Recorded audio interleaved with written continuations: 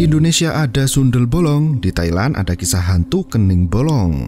Hantu satu ini adalah urban legend Thailand yang sangat ditakuti dan terkenal akan kekejamannya. Film yang dibintangi Tang Monida itu disutradarai oleh Mark Duffield yang mengisahkan perjalanan spiritual pasangan muda demi menemukan cinta sejati.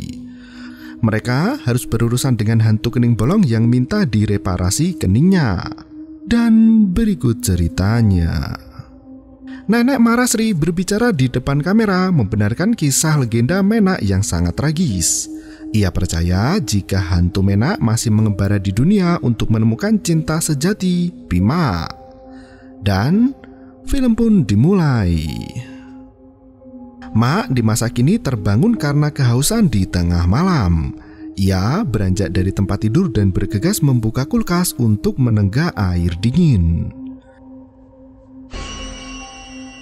Dari pintu depan kamar, Mak mendengar suara ketukan sangat kencang. Ia memeriksa kondisi luar kamar, namun tak ada siapapun di sana. Suara ketukan pintu itu terdengar semakin kencang hingga menyakiti telinganya. Seketika itu, sosok hantu berkulit pucat mendekati tepat di balik punggung Mak. Mimpi mengerikan itu membuat Mak terbangun dalam kondisi terengah kehabisan nafas. Pagi itu, ia mendapat telepon dari kekasih tercinta, Sina, untuk bertemu membicarakan rencana pernikahan mereka yang semakin dekat. Tanpa sarapan di rumah, Mak pamit berangkat pada ayah dan ibunya.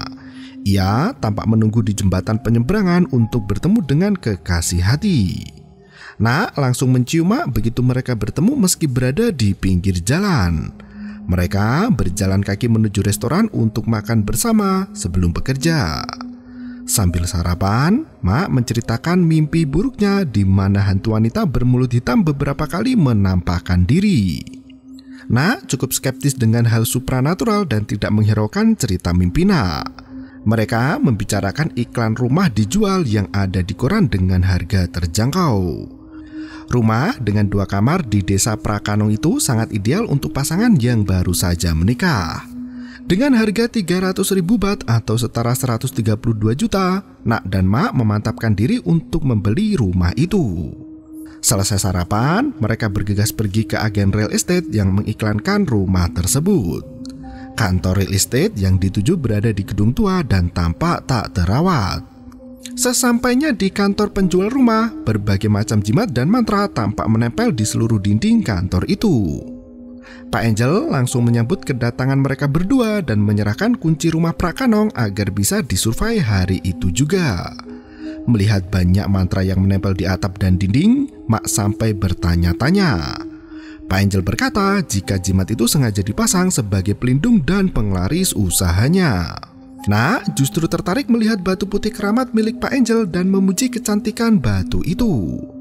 Setelah menemukan kuncinya, mereka menggunakan taksi untuk pergi ke desa Prakanong. Untuk menuju ke rumah itu, mereka harus berjalan kaki menyusuri gang sempit beberapa kilometer jauhnya. Dalam perjalanan itu, Pak Angel bercerita bahwa rumah yang ia jual adalah rumah bersejarah yang sudah ada sejak 100 tahun lalu. Rumah itu adalah rumah pertama yang didirikan di desa Prakanong. Setelah melewati pasar, akhirnya mereka sampai juga di rumah itu. Pak Angel segera membawa 2 kliennya masuk dan melihat seluruh isi rumah tua tersebut. Meski rumah itu terlihat sangat kuno, Mak dan Nak sangat menikmati suasana tradisional di sana. Mereka tetap ingin membeli rumah itu agar bisa menempati segera setelah hari pernikahan tiba. Pak Angel mengajak mereka berdua ke depan sembari menjelaskan beberapa kondisi rumah itu. Saking antusiasnya, tas Mak sampai tertinggal di kamar lantai atas. Saat ia mengambil tas itu sendirian, Mak mendengar suara wanita yang terus memanggilnya. Samar-samar, ia melihat sosok hantu wanita dengan tubuh pucat dan mengerikan. Tiba-tiba, Nak membuyarkan lamunan Mak dan memintanya bergegas karena Nak harus segera kembali kerja. Nak terpaksa meninggalkan Mak untuk kembali kerja di kota Satron karena mengambil cuti setengah hari. Sementara Mak masih harus menyelesaikan proses administrasi selanjutnya bersama Pak Angel. Setelah mendapat desakan dari Pak Angel, Mak akhirnya menandatangani surat jual beli tanpa membaca isinya secara lengkap. Setelah semua proses selesai, Mak tak lupa memberi kabar pada Nak. Sebelum pulang, Mak berhenti di sebuah toko batu antik dan berniat membeli batu putih untuk diberikan pada Nak setelah menikah nanti. Penjual batu itu menunjukkan batu putih dengan tali hitam dan berkata jika batu itu merupakan pelindung yang bisa melindungi pemiliknya dari kejahatan. Mak langsung membeli batu itu dan bergegas pulang ke rumah.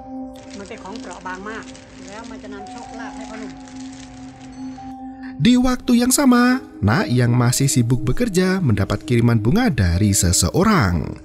Ia mengira bunga itu pemberian Mak, tapi ternyata itu adalah kiriman dari Kong, pria yang terus mengejar Nak. Gadis cantik itu langsung membuang bunga dan meminta temannya Noi untuk datang melihat rumah barunya. Mak juga meminta teman kerjanya Chai untuk datang ke rumah baru dan memperbaiki bersama. Mereka berempat mendekorasi rumah itu sedemikian rupa agar layak digunakan di malam pertama. Di luar rumah, komplotan penjahat tampak mengintai aktivitas di rumah itu, bersiap untuk merampok harta pasangan baru. Malamnya, Pak Angel menelpon pengacara Mak yang bernama Prica untuk membicarakan surat jual beli rumah. Ia bersikeras ingin bertemu empat mata malam itu juga. Di tempat lain, Mak, Nak, Noi, dan Chai menghabiskan waktu lajang mereka dan bersenang-senang di klub malam. Saat Pak Angel hendak menemui Prica, ia dihantui oleh sosok hantu Nak yang terus mengikuti. Hingga sesampainya di kereta, koper berisi surat perjanjian jual beli terbakar secara tiba-tiba. Pak Angel yang jantungan sampai tak sadarkan diri melihat kejadian itu. Hantu Mena tampak memperhatikan dari kejauhan. Kepala Pak Angel sampai terjepit pintu gerbong kereta dan... Setelah bersenang-senang, Nak bergegas pulang ke rumah karena besok pagi harus kembali bekerja. Ia sempat ketakutan saat hendak masuk ke rumah karena mendengar suara hantu memanggilnya. Sementara itu, Mak yang kelelahan langsung rebahan di kamarnya sembari mengamati batu putih yang baru saja dibelinya. Seketika itu, Mak mendengar suara hantu wanita yang merintih minta tolong. Keesokan paginya, Nak dihadang oleh Kong yang menanyakan kiriman bunga darinya. Nak menegaskan jika dirinya sudah akan menikah dengan Mak. Kong masih saja bersikeras dan mengatakan jika dirinya sangat menyukai Nak. Nak menjadi semakin risih dikejar pria yang tidak ia cintai dan langsung melenggang pergi. Nak menemui dukun sakti bernama Master Tring untuk meminta saran agar proses pernikahannya berjalan lancar. Setelah berbincang cukup lama, seorang pria datang menagih bayaran. Ia bahkan meminta 200 baht lebih untuk dikantongi sendiri. Hingga beberapa hari kemudian, pernikahan Mak dan Nak digelar dengan sangat meriah. Mereka berbahagia bersama menikmati pesta pernikahan itu hingga malam pun tiba. Mak dan Nak sudah tidur bersama di rumah baru mereka saat itu. Mak terbangun di tengah malam untuk minum. Tiba-tiba, Nak sudah berdiri di belakang Mak dan mengunyah sirih. Nak berkata jika neneknya memberikan daun sirih untuk menginang. Mak mengambil minuman untuk Nak, namun sosok istrinya itu menghilang seketika. Saat kembali ke kamar, tiba-tiba Mak kembali terbangun setelah mendapat mimpi buruk. Pagi harinya, rumah baru mereka masih dipenuhi dengan hadiah pernikahan. Pagi itu, mereka berziarah ke makam ayah Nak yang telah lama tiada. Setelah berziarah, mereka menemui pengacara Prica dan rekan-rekannya untuk makan bersama sambil membicarakan proses jual beli rumah. Mak dan Nak pulang di waktu yang sudah sangat larut. Mak terkesiap melihat pintu rumahnya tidak terkunci. Saat mereka masuk ke dalam, ternyata semua perabotan mahal dan hadiah pernikahan mereka raib di gondol pencuri. Mak segera menelpon polisi dan melaporkan semuanya. Noi dan Chai turut datang ke rumah mereka untuk memeriksa kondisi Mak dan Nak. Noi menyarankan Nak untuk menginap di rumahnya, namun Nak dan Mak tetap tinggal di rumah itu. Perampok yang berhasil membawa kotak kado itu berencana untuk segera menjual hasil curiannya itu esok hari. Hingga di hari berikutnya saat Mak mengantar Nak berangkat kerja, Mak melihat dua pencuri yang menjual bungkusan kado pernikahan miliknya.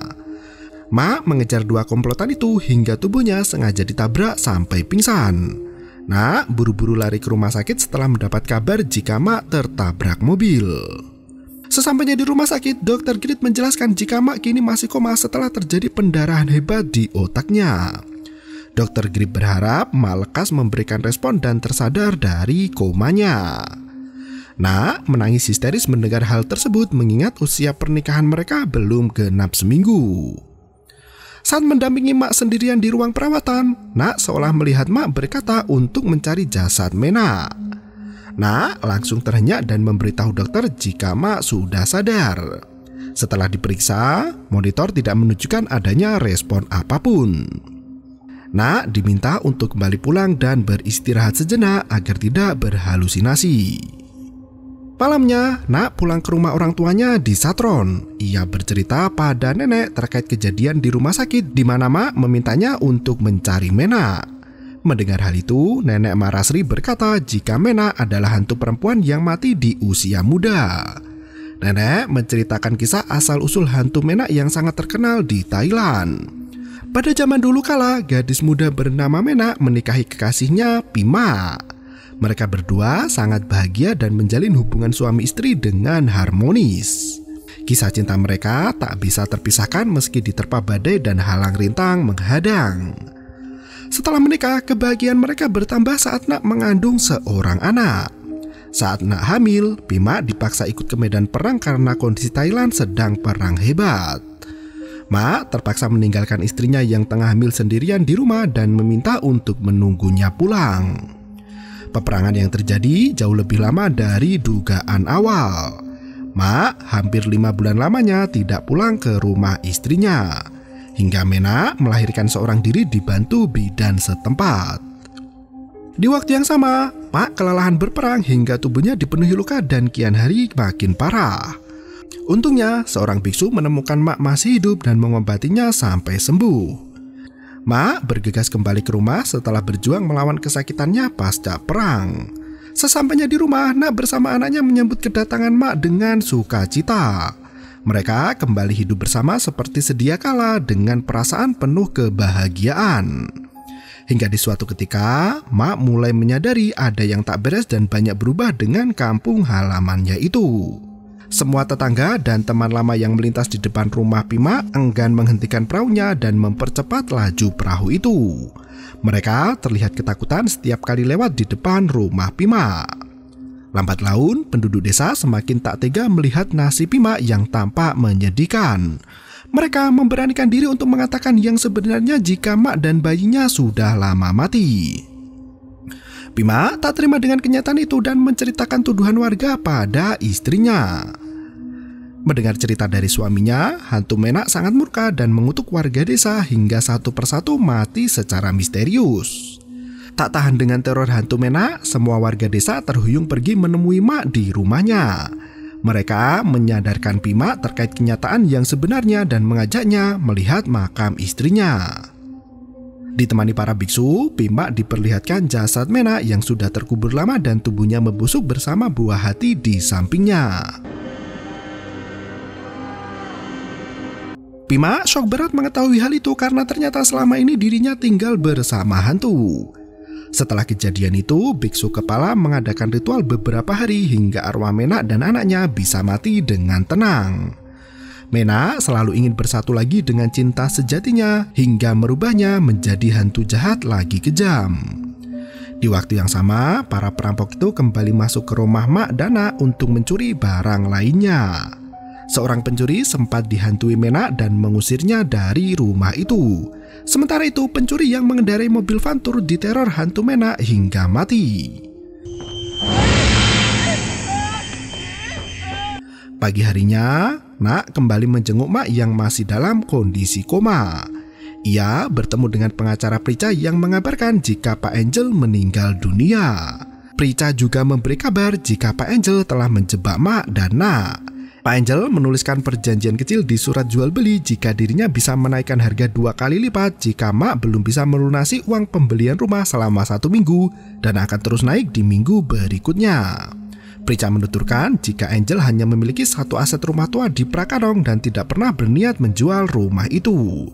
Ia sengaja menarik perhatian pasangan muda untuk membeli rumah tua itu agar mendapat uang lebih yang nantinya akan diakui sebagai asetnya lagi.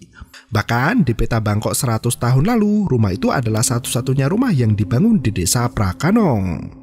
Dilihat dari segi sejarahnya, rumah itu akan bernilai jual sangat tinggi di masa depan. Sayangnya, rumor yang beredar mengatakan bahwa hantu Menak masih mendiami rumah itu hingga saat ini. Sebelum pulang, Nak berjalan kaki ke pasar sembari melihat barang-barang. Saat itu, ia menemukan jaket milik Nak terpajang di etalase penjual pakaian. Ia mengambil batu putih dari baju suaminya yang dicuri itu dan langsung kabur karena diteriaki oleh si penjual pakaian. Untungnya, Nak berhasil naik perahu dan ikut pergi ke seberang. Pria pencuri yang mengejar Nak dihadang oleh hantu mengerikan, Menak. Pencuri itu sangat ketakutan hingga menabrak penjual cawe dan menumpahkan minyak panas ke matanya. Karena tak bisa melihat jalan, pria itu ditabrak bajai hingga masuk ke kompor pembakaran sate. Tubuh pria itu habis dilalap api hingga tak bernyawa lagi. Nak kembali ke rumah sakit dan menunjukkan batu putih milik Mak yang dibeli khusus untuk istrinya. Ia juga berkata jika rumah itu sudah resmi menjadi milik mereka setelah Pak Angel meninggal.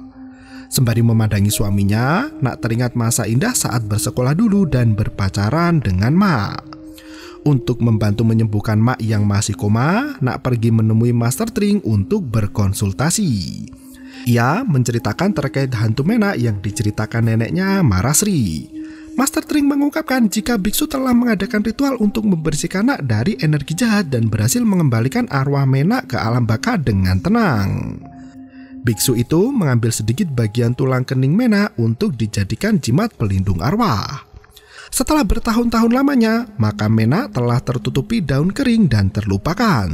Tulang kening Menak dijadikan sebagai jimat pelindung selalu dibawa biksu kepala.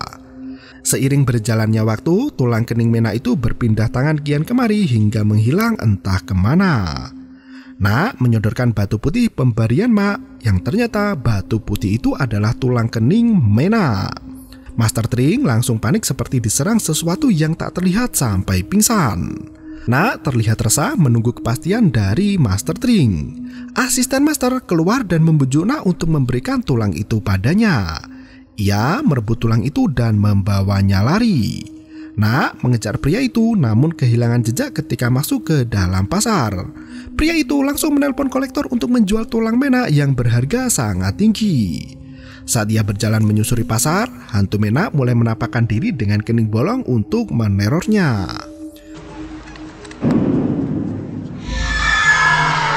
Saat hendak lari, bus tiba-tiba berhenti di hadapannya dan kaca yang terbentang tepat di atas kepala membagi tubuh pria itu menjadi 2 bagian sama besar. Semua orang yang menyaksikan hal itu sampai terbelalak tak percaya. Nak mengambil jimat tulang itu dan langsung pergi meninggalkan jasad yang mati terpotong ke dalam beberapa bagian. Nak pergi ke taman yang biasa digunakan untuk pacaran bersama Mak. Seorang pria tua menghampiri Nak sembari berkata jika taman itu sudah lama ditutup setelah anak-anak yang bermain di sana melihat penampakan hantu. Taman itu dulunya adalah pekuburan massal di masa peperangan. Mata batin Nak seketika melihat jasad Menak terbaring di bawah pohon besar. Nak bergegas pergi untuk kembali ke rumah namun Kong tiba-tiba muncul menghalangi langkahnya. Pria itu kembali merayu Nak dan memintanya untuk melupakan Mak. Nak sangat marah melihat tingkah Kong yang kurang ajar dan langsung menampar wajahnya sembari melangkah pergi. Sesampainya di rumah sakit, Noi dan Chai datang menghampiri Nak. Mereka mengatakan jika orang tua Mak memanggil biksu untuk dilakukan ritual. Nak justru meminta bantuan pada 2 sahabatnya itu dan menjelaskan apa yang tengah terjadi. Nak percaya jika Menak ingin tulang keningnya kembali. Ia harus mengembalikan tulang itu ke jasad Menak sebelum semua terlambat. Saat hendak menggali taman, biksu mulai mendoakan tubuh Mak di rumah sakit. Dibantu oleh Chai dan Noi, Nak mulai menggali keseluruhan taman kosong itu hingga berjam-jam lamanya. Setelah menggali teramat dalam, Chai menemukan tulang belulang manusia. Di waktu yang sama, mata Mak terbelalak dan tubuhnya melayang ke udara. Ternyata saat itu Chai mengangkat jasad seorang bayi yang terkubur di dalam taman. Nak mendapat telepon dari ibunya yang meminta Nak untuk segera datang ke rumah sakit. Mereka menutupi lubang liang lahat itu dengan kayu dan bergegas pergi ke rumah sakit. Sesampainya di sana, biksu tampak menceritakan kejadian misterius saat mendoakan Mak. Mereka masuk ke ruang dokter yang menjelaskan hasil CT scan otak Mak. Diagnosa sementara, Mak mengalami simptom hemorrhage namun masih belum bisa dipastikan kondisi tepatnya. Dokter meminta tes intensif untuk mengetahui penyebab koma karena ditakutkan akan terjadi kerusakan otak yang permanen. Malam harinya, Mak dibawa ke ruang operasi untuk dilakukan pembedahan otak. Seketika itu, mulut Mak tiba-tiba menganga lebar dan menyemburkan cahaya kehijauan. Mak bangkit dan kembali menyemburkan asap putih. Kondisinya kini jatuh ke fase kritis hingga membuat dokter dan perawat panik bukan main. Saat mereka hendak melakukan kejut jantung, tiba-tiba Nak tampak sangat khawatir dengan nasib suaminya itu dan memilih untuk pergi dari rumah sakit. Ia kembali ke taman tepat jam 12 malam untuk mencari keberadaan jasad Mena. Ditemani hujan badai, Nak menggali menggunakan tangan kosong dan berhasil menemukan tengkorak manusia dengan kening yang bolong. Sengatan listrik di rumah sakit pun terhenti setelah sekian lamanya menyengat dokter dan para perawat. Di waktu yang sama, Nak berhasil menempelkan tulang Mena ke tempat semula. Mendapat laporan dari warga terkait aktivitas mencurigakan di taman, Nak langsung ditangkap malam itu juga dan dibawa ke kantor polisi terdekat. Nak tampak histeris sembari berteriak jika dirinya berhasil menemukan jasad Mena. Gadis itu sampai pingsan kelelahan dari lahir hingga batin. Selang beberapa hari berlalu, Nak menangis di depan neneknya. Ia berkata sudah mengembalikan tulang kening Mena, namun hantu itu masih belum melepaskan suaminya. Nenek Marasri membawa Nak ke rumah temannya Grim dan disambut dengan sangat hangat. Nenek Grim yang sudah buta meraba wajah Nak untuk bisa melihatnya. Nak menunjukkan tulang kening Mena pada nenek Grim. Wanita tua itu berkata jika arwah seorang wanita yang mati tak tenang datang dan berada di antara mereka. Nenek Grim mencoba berkata jika hantu Mena terbangun karena melihat ketulusan cinta Mak dan Nak. Nenek Grim menasihati Nak untuk mengembalikan apa yang menjadi milik Mena jika ingin Mak selamat. Nak bergegas pergi menemui Chai sambil menangis. Ia meminta bantuan Chai untuk menyelinap masuk ke kantor polisi yang mengevakuasi mayat Mena. Di waktu yang sama, biksu melakukan ritual eksorsisme pada jasad Mak. Nak menyelinap masuk ke kamar otopsi dan berhasil meletakkan tulang ke kening Mena. Seketika itu, Mak berhasil tersadar dan berteriak kencang memanggil istri tercinta. Keesokan paginya, mereka datang ke upacara pemakaman jasad Mena dan kembali hidup bersama dengan tenang. Sesampainya di rumah, Mak sangat terkejut melihat istrinya berubah menjadi Mena. Ternyata hantu itu menukar dirinya dengan Nak, istri dari Mak yang kini terbaring di dalam peti mati. Mak berlari kencang untuk menyelamatkan istrinya sebelum dimasukkan ke dalam mesin kremasi. Setelah perjalanan panjang, Mak membobol peti mati itu dan berhasil menyelamatkan Nak. Seketika itu, mereka berdua terbangun dari mimpi buruk itu dan film pun berakhir. Kombinasi horor mistis dan ketegangan adegan kematian patut diacungi jempol. Hantu Mena rupanya melindungi Mak dan Nak dari niat jahat Angel serta pencuri. Tapi ia meminta imbalan, ia ingin memiliki Mak. Untungnya rasa cinta mereka berdua teramat besar hingga bisa merasakan kesakitan satu sama lain. Sebagai pasangan suami istri, Mak dan Nak adalah contoh ideal dalam membina hubungan yang harmonis. Meski diterpa badai dan halang melintang, mereka tetap kekeh bersama dalam suka maupun duka. Terima kasih dan sampai jumpa. Yo, bermau itu ketarep.